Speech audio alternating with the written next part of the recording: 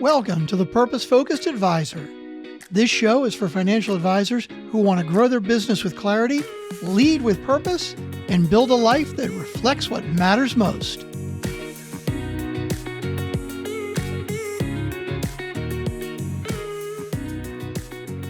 Welcome back to the Purpose-Focused Advisor. Rob Brown here.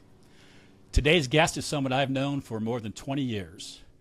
Back when I was in another life leading a firm, I helped bring my guests in to work with our advisors, and we focused on his now famous value ladder. I've always been a fan of his work and the impact he's had on our industry. Meet Leo Pusateri. Leo is the president of Pusateri Consulting. He's known as the Value Man. He's helped firms and advisors worldwide learn how to know, price, sell, and live their value. His programs are recognized as best in class, and his passion for helping advisors elevate them to unmatched levels. So buckle your seatbelts, because if you've ever heard Leo speak, you know he embodies three words he teaches advisors to use when talking about their value: confidence, passion, and speed.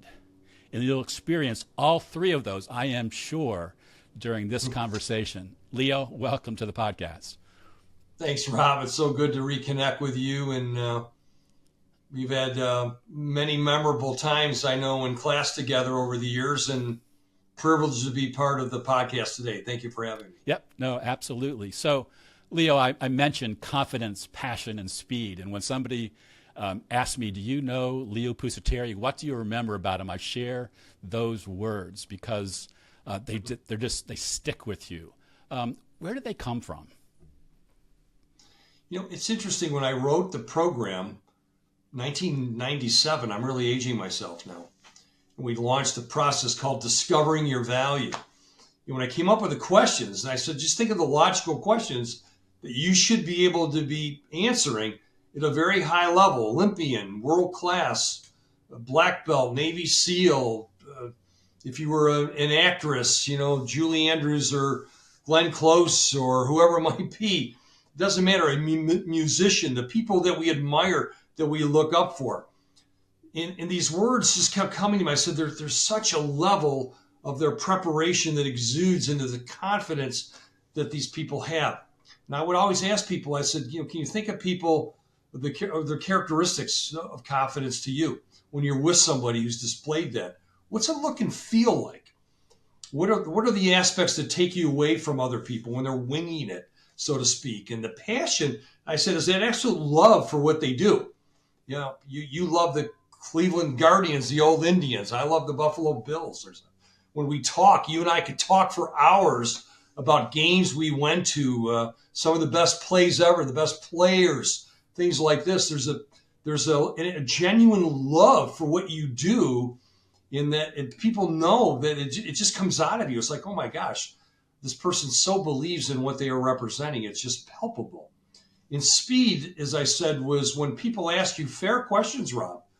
Just tell me about yourself, or I'm talking to one of your competitors, or, you know, just you look the same, talk the same, smell the same. What makes you different? Or how'd you come up with this? Or how would I experience your work? And speed is not how fast you talk. It's just the opposite. It's the lack of hesitation in response. So when someone asks you a fair question, speed, by my level or definition, is just that. It's that you are not, you know, using non-confident vocabulary. You're losing eye contact. You're, you know, this, typically, probably, maybe, you knows, all the words that don't come out. But there's, through preparation, your confidence, your passion, and this thing, speed, which comes across is, that's a fair question. I'm glad you brought it up. I'd like to be able to give you an answer. And people right away know you are on your game. Confidence, passion, speed, they all come together. Yeah, no, that's great, and I appreciate the primer, for me, a reminder of the more precise definition of what that combination of words means. I want to shift gears, though. You're well known for helping advisors know, price, and sell their value. But you've been focusing more, at least in my seeing of your work, on living your value. So a fourth component that I know has always been there, but maybe hasn't had the same elevation in terms of how people know you and your work in the past as much as they're seeing that now. Why that shift? Why living your value? Boy, it was just as a part of my own growth in the aging process, dealing with longevity, dealing with health issues, Rob. And when you add this on to teaching unique introspection for individuals that you and I have worked with our whole careers, and you being a very successful advisor in your former life as well. And when I was teaching many of these advisors, Rob, and we're going through a process of value introspection and answering 7 questions I teach. Who are you? What do you do? Why do you do what you do? How do you do what you do? Who have you done this for? What makes you different? Why should I do business with you? And what started to happen is many of these individuals going through the training, Rob, who are you? What do you do? Why? First 3 questions. It was like, hey, Leo, they pull me aside and say, you're not just making me think about being a better advisor at the firm that I'm working at right now. These questions are making me think about who I am and the roles in my life. Many of them would say, hey, Leo, I'm a father or I'm a mother. I'm a member of a community. I'm on a board at my church or at my school. I'm not just a financial advisor, a financial consultant, investment management, a wealth advisor, whatever the nomenclature is today. I have a whole other life of balance and things that are important to me. Being in the community, being in the church, but whatever it might be. And so as I was doing this and then starting to deal, as I said, with my own aging and longevity and health issues, and all of a sudden you start losing people.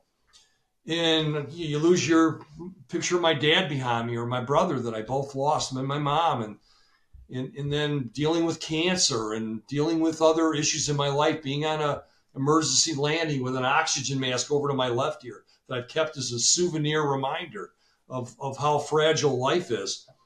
And I said, there's people that require a different way of thinking, Rob, and you're really good at this as it relates to purpose right now and meaning in your life. This is something that you're just excellent at. And I had that same thinking myself, that there was a series of skills or of integration of mindfulness around things relating to significance or regrets or having abundance or gratitude or being, the perspective that we have or being our best or living our legacy. These 7 elements, Rob, came to me as clearly as the 7 questions that I teach in the introspection of your clear, compelling story of value, your background, your value proposition, your beliefs, your process, your successes, what makes you different, why people should work with you, the real value. Those elements, Rob, came to me as clearly as the points of introspection for business differentiation. Now it became life differentiation, or the things that you want to be known for as part of the life that you're living now. One, hopefully, as you're teaching, a purpose and a meaning and in pursuing joy. And that got me, man, it got me big time. And as I'm going through this stuff, I said, I'm going to write this program. And I'm going to write a book, and I'm going to create an experience and not just do it. And I'm going to bring people together, like-minded, like you and me, the people we've been privileged to serve, people who have a lot, who've achieved a lot, who love to be around like-minded individuals and to talk to people and to rewind their lives and to fast forward thinking about what's next, the next season, the next mountain, the third period, the fourth quarter, whatever it might look at. And there's so many people now writing about this that I just clamor for their work and their thinking, because there's so many good people that are trying to help other people. And I think guys like you and I are in that class of helping people to be their best and to look and to search for meaning in ways of instead of just helping people to achieve their wealth mandate, the real wealth is in happiness and joy and making a difference and serving people and giving of ourselves. And that as I was aging, that hit me like a brick that I got to do something. And I did it. I created a program and an experience, and that's what brings us back together. Yeah, that's great. And I have to say that I hear that confidence and that passion and that speed in that answer. I love the way that you bring energy to the things that you're working on.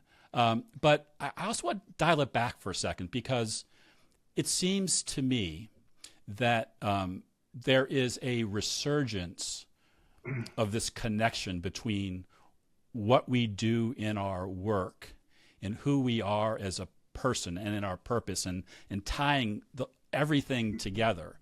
And that there have been periods, and I don't want to try to put any dates on it, where they have been disconnected. It's like, go to work, grow your business, climb the rankings at your firm, and then turn that off if you can, and go home and be dad, husband, volunteer, community leader, whatever it might be. But there was like this artificial separation that all really comes together through purpose. Have you noticed that same thing? Yeah, I believe, Rob, if you think back to yourself or those listening in to our podcast, and I'll say to people, I said, think of the stages in your life, post high school. Let's say we've gotten through college. We're in our early to mid 20s, and we're trying to, quite honestly, just figure out what the heck we're going to do. We might have studied something in college, but those first few years, and you know it, you taught it, right? The first 5 years in the advisory business, if they say, if you get through those first 5 years, if you can survive, then you're probably going to be setting yourself up. And so survival to me led into some sense of security. And as you said, in security, all of a sudden, oh my God, look at this, honey. I'm in the top 100, or I'm in the top 50, or I'm in the top 25. I made a trip. We're going to go to the Virgin Islands or Hawaii. I'm in the President's Council. I made Chairman's Club. Hey, that house we have been driving by, let's buy it. I'm going to get the car I want. Maybe it's time to start our family. So we go from survival, Rob, to this part of some sense of security. Now I got some money coming in, and I got a business card. And it's like, okay, well, what happens with security? All of a sudden, security then leads us into success. Say, holy cow, look at what I've done. How do you like me so far now? Look at what I've accomplished. Or, I formed a team, and we cracked the code with this big client, and we got these families we're now dealing with, and oh my God, we're going to get a bigger house. Or oh my God, we're going to buy the car. Or we're going to get a boat. We're going to get a second home. All of a sudden, the success comes into play, and at some point, there's a trigger for some of us that says, holy cow, there's a lot more to my life. Is now I'm aging and being a father, and in my case, grandfather now, and seeing the people that I worked with, that there's more, that I can be a better Leo. I can help people be a better Rob. That there's more in this, and that's where significance comes into play.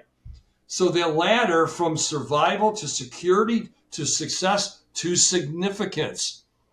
I'm not the first one to write about this or do anything about it. I just created a program. I created an experience. Beyond just writing a book, your next big project is you. I created something that I knew, because I love to facilitate and I love to get people together, to meet other people, and to facilitate dialogue, and to open up the zipper around the chest of these people to reach in and touch their heart and their soul, Rob. And not just, I know the way you manage money. I know your beliefs on asset allocation, diversification. I know the fact of how much money I need to survive and live on like this. But what happens is, where I came out of and what you came out of as an advisor, is that we weren't taught to extend into discussions around being more mindful, about finding what significance and serving others is really all about, being more present to do this. extending curiosity into other things beyond money, but to talk to them about things that are really important, about ways that we can make a difference in our own life as well as the life of others. And that's got me going big time. And so that was where it all came in my thinking. And when you put those 4S stages and you overlap them with thinking about my dad and my mom and my brother and my wife and my kids and my health and aging and what's left and things like this, all these concepts started coming together for me, and they were very natural. And Rob, when you see people answering questions, what does a life of significance mean to you? Picture 4 people at a table. I just back my chair up, and the program just takes off because people aren't into discussions like what you are talking about in Truest Fan and the other work that you're doing here with the blueprint and things like this. You're on to something as well. So I applaud you. And I know that there's such meaning, Rob, when you're talking to people about meaning. That's what it's all about, more so than people even realize. And some of them, they're in their success cocoons, and they don't realize all this element of significance beyond it. They're not there yet, Rob, many of them. And that's why I love it, to open up like I said, touch their heart and their soul, and to get them thinking about things in ways that they had never thought about before. Because I guess for a lot of people, a lot of advisors, the success bubble just gets bigger and bigger and bigger, but they stay inside of it. And what you're actually helping them do is pop that balloon, pop that bubble, and move to significance, which just adds a whole new way to frame what success looks like. It's really moving from success to purpose. Are you living the life, building the business, the relationships that God intended for you to live in your life? Are you really doing that? Or are you just caught up in that bubble of success, which is a good place to be, because you're getting lots of stuff done and you are making a difference to people, but maybe not as much as you could. Yeah, you're right. We get so enamored with our own success, and when we ask people, tell me about your career and your life, and well, I've been an advisor at this firm for 30 years, 40 years, and focusing more on what they have rather than in terms of what's possible to truly affect the lives of others in different ways. Yeah, I remember meeting a retired executive of one of the big 4, I guess it was at the time, accounting firms. He was number 2 executive there, and he retired to Williamsburg, became a member of our church, and I caught him cleaning windows in the church one Saturday when we were doing kind of an all church cleanup, and I said, "Well, what are you doing down here, cleaning the windows, when you consider what you did in your career?" And he said to me, and I'll never forget it, "Rob, I've realized that I got so busy in my career and my success that I lost track of what it really means to serve other people. So now I'm going out of my way just to do some of the little things, because everything is important when you're working on what's important." And I've just always thought about that risk that we take when we don't stop to think about our purpose and our significance in what we're doing now, and we put it off for another day. Yeah. I think guys like you and I, Rob, and many others that see the world the way we're seeing it right now can hopefully bring in a different sense of morality, civility, treating people with respect. The things that I'm seeing my kids and my grandkids grow up in a world right now of name calling and just forgetting the simplicity of opening a door and saying thank you and you're welcome. And I'm appreciative of that, or just letting people know from your heart if they've done something that made a difference. I just think we need to go lower level. I mean, almost into the 7th and 8th grade, before high school even, and talk about looking somebody in the eye and shaking a hand properly. And so all these things. And now, fast forward it to people that have been in business for 30 or 40 years. And now we're in still a cycle of achievement and recognition. And there's almost like a little slap in the face or some water we need to throw at people. Say, wait a minute, just time out.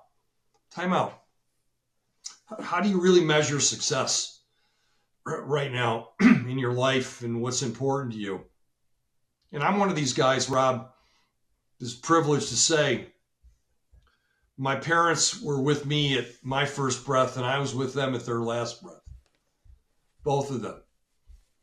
And to think about how I grew up, lower middle class, I didn't, like I said, but just seeing core values come into play of life, of discipline and accountability and respect and integrity, words that advisors throw around all the time, but sometimes really don't live it to the degree that they can live it at a higher level, about service to others especially.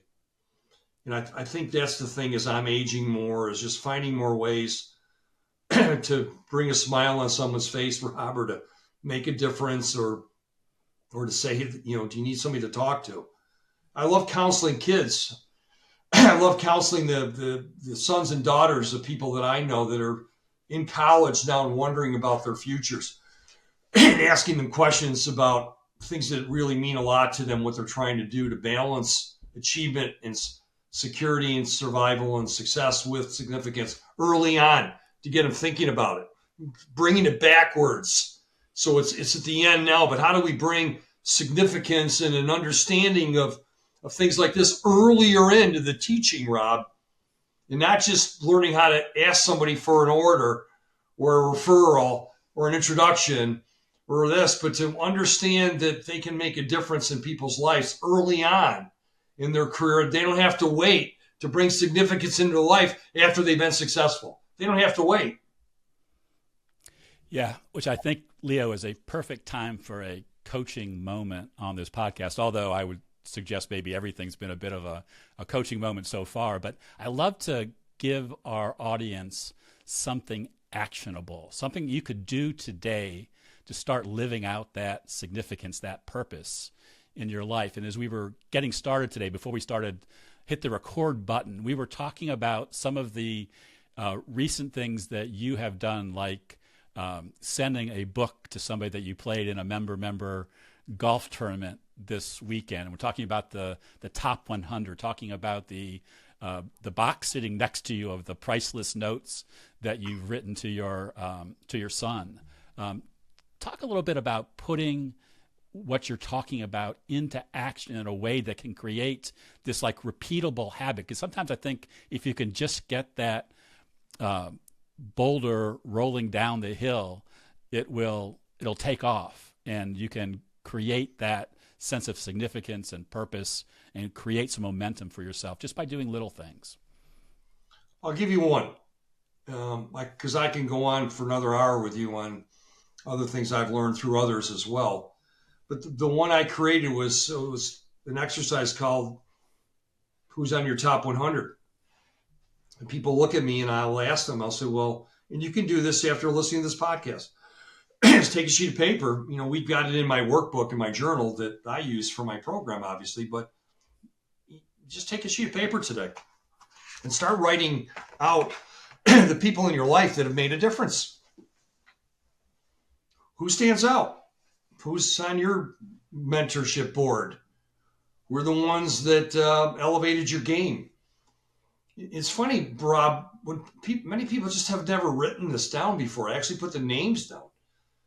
And I'll just let your mind go. It's like a brainstorming activity to get started, right? And I said, well, bracket up your life a little bit. In my case, I started thinking about my early days, my aunts and uncles and some other family members, and those formative years in grade school. And I thought about my high school years and a couple of the teachers and things like this, Sister Janice from fourth grade to Mr. Cook in high school, to do this. And I started thinking about my collegiate days and, even post first job, second job, right up to third job when I started my company. There's people all along the learning curve of your life that most likely have been around, that did something for you at a time when you least expected it, tapped you on the shoulder, told you, through failure of losing a client or getting rejected or whatever, and gave you some counsel that you never forgot that maybe you're giving to your kids now or grandkids now or things like this as I'm doing. So I'd say start with writing down a top 100 list. And then, I would ask the listeners to say, what's more effective? What puts a bigger smile on your face? Have you gotten a personal note from somebody unexpected? Has someone called you that you haven't heard from in a while? Someone texted you? That's the easiest way these days, right? Probably texting somebody or a quick phone call. But what a difference it makes when someone says, hey, Rob, geez, I was thinking about you today. You and I haven't spoken in years. And when people are going through the program, Rob, and saying how they've disconnected with somebody, or Leo, you're making me think about this person, or a family member that I haven't spoken to, a brother, a sister, even a sibling level, literally, or someone else that they just, it's been a year or two, somebody moved away. Somebody was in their wedding. I'm hearing things. When's the last time you talked to them? Well, it's been 5 years. I said, are you kidding me? They were in your wedding party? You haven't spoken to them? Why were they even selected? Somebody that, you're a godparent to. You were part of their confirmation. You were part of some other ceremony in their life religiously or just in the achievement of something in their life. This is such a meaningful exercise that anybody can do. It's just that I make sure they do it. I'm the guy pointing the finger at their face to say, all right, here's the paper. Here's the note card.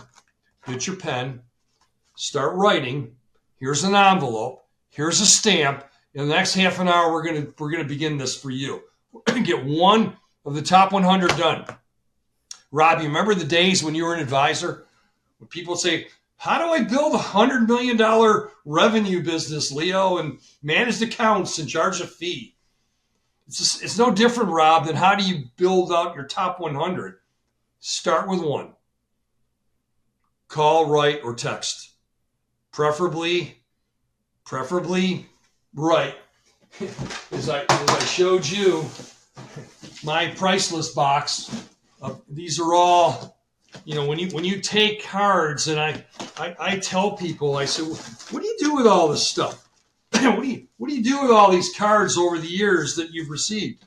And personal notes. When someone's taking the time to write you things, why? So many people I see, they throw this stuff in the garbage. So why are you doing that?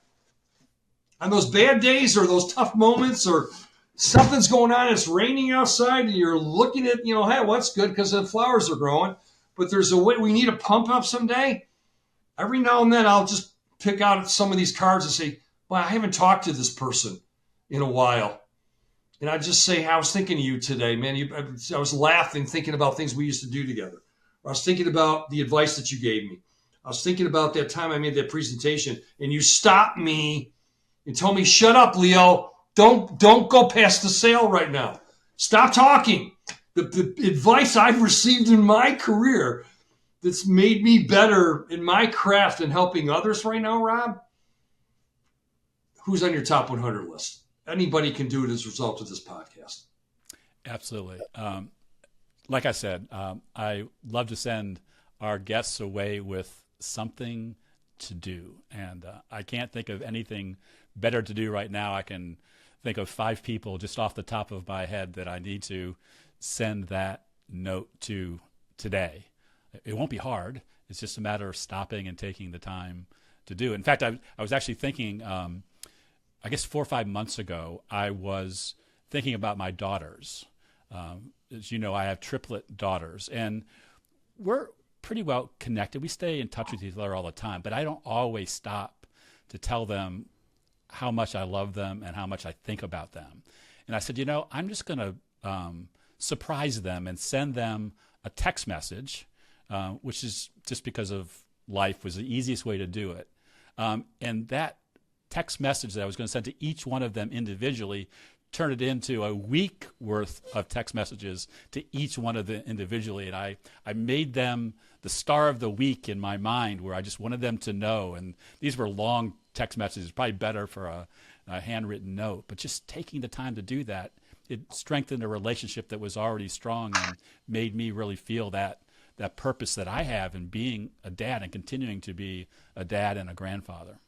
Yeah. A couple other quick things for your listeners. Your phone on your favorites list. I love the favorites list on my iPhone. Excuse me, Rob, because I'm always looking when I'm driving. I got to drive an hour and 10 minutes this Thursday. My godson's son, my brother's grandson that he'll never be able to see play. He's a starting quarterback up for one of the schools up in Rochester. I'm driving up to see him. But you know what I do a lot in the car? Sometimes I'm quiet. Sometimes I'm listening to the local news or national news. But a lot of times, Rob, I go to my favorites. I'm always thinking about calling people. And so like taking a vitamin every day, look at it like that. Or if you have to take some medication. If you start off each day with, just, okay, I take this vitamin, or I got to pop my pills, or, I'm on this prescription or whatever. Who can I call, write, or text today? And treat it like as a daily task of just ask yourself that question. Who can I call, write, or text today? And it's usually the harder one is to write, but I believe it's the more meaningful one. Because if you're like me, maybe I'm the exception to the rule that takes this to a little bit higher level of appreciation and gratitude myself. Because it just puts a bigger smile on my face. But calling people and then texting appropriately, you can set it up the way you want. But I'm telling you, it begins if you start to do it regularly. It reconnects you to people, and you just never know opportunities to help someone in need. It happens when someone says, "Man, I remember those times we used to talk together. I could use a little discussion right now." You never know. Excuse me, what's going to come up by calling, texting, or writing. Yeah, that's awesome. In fact, as you were saying that, I just realized that sitting on my desk is one of those notes that I got recently that's caused me to think even more seriously about the conversation that I had with the person who wrote the note, because she stopped and took the time to repeat what we talked about in a way that really was at the core of why we were talking. And that's much better than that text follow-up or that email follow-up. And anyway, we could talk forever, Leo. It is time to land the plane for sure. As we close out here, I'd love for you to maybe share one last thought, anything that you wish we had talked about that we didn't during this conversation, but also to share if somebody's interested in getting to know more about you and what you're up to, the best way to connect with you. I would tell people to put your oxygen mask on every day. I'm going to pick something up here, Rob. I wasn't kidding when I said this. It's within hand's reach of me. How many times have we flown and we turn off those flight attendants because we're just getting situated and we're turning our phone off, or we're sending a last email as we're sitting in a plane, or we're thinking about, just putting something over our eyes and our headset on, and we just want to relax or whatever. And somebody's trying to tell us that we need to put this on in the event of an emergency. And they always, if you're there with your kid or your spouse or someone important, especially with a child, why do they want you to put yours on first? Because if you don't take care of yourself, you're not going to be able to help the person next to you, right? And I think if we take that adage in life, so I look at this every day. It's right here. Every day I walk into my office, it reminds me to put my own oxygen mask on every day, to take care of myself, and to try to figure out how can I become a better version of Leo. What can I do today to be more mindful? What can I do to be a better father today, a better husband today, a better family member today, better grandfather today. I get Snapchats every day, probably, with you or other folks like this. And how can I respond to my kids? So, like you were talking about your triplets there. How can I get better every day is a mindset of self-improvement and of significance every day of your life to do this. So that's one visual thought I would give to you, because I was fortunate.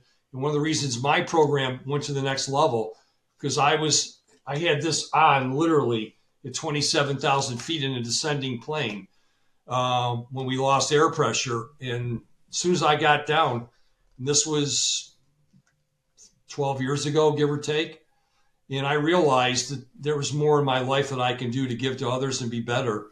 And that's when my program and my work on purpose and legacy and gratitude and abundance and significance, it all went to a whole other level. And I never forget it every day, and nobody else should, about their lives as well, Rob. I tell people to put their oxygen mask on. Awesome. I'm glad you pulled that back in. That is such an incredible story, an incredible reminder, not just what happened to you when the plane was descending at 27,000 square feet, but the fact that those oxygen masks are available to us each and every day. And we need to remember that. Yeah. So, Leo, somebody wants to get to know more about you and your programs. What's a good place to find you? Our website is Pusateri Consulting.com, www.pusateri.consulting.com, or they just Googled my name or whatever. They get a chance to see some of our videos or some context of our of our curriculum and things like this. But in my phone number, my personal number, I always tell this to people: give me a call if there's some interest. You want to throw some questions by me, whatever. 716-860-0870. Leo.Pusateri, Pusateri at PusateriConsulting.com. Rob, thank you for making a difference. Thank you for being a long-term friend of mine. Thanks for us reconnecting and beginning another stage of our friendship. And I hope people are reading your work as diligently and learning from you as I am, Rob. So thank you very much for the gifts that you've given me through your friendship. Well, I appreciate that, Leo. And I, too, am very grateful that we have reconnected. It's been a pleasure getting to reconnect over the last month or so. And I know that we'll have many more conversations as we move forward. I would also encourage our advisors to connect with Leo on LinkedIn. That's kind of how I got reminded of my friendship with Leo that I had let get a little stale. And the videos that he is putting out there, sharing his work, are fantastic to follow, to get to know him, and to learn some things that you can put to work in your business. So, Leo, thank you to you, to our audience. Thank you, as always, for listening in. And remember, we're rooting for your success. Take care. Thank you, Rob. Thanks for listening to The Purpose Focused Advisor. If today's episode gave you something to think about or a step you're ready to take, head over to truestfancoaching.com. There you'll find tools, resources, and ways we can work together to help you lead with purpose and build the business and life you were meant for. If you enjoyed the show, we'd be grateful if you take a moment to rate and review it. It helps more advisors find their way here.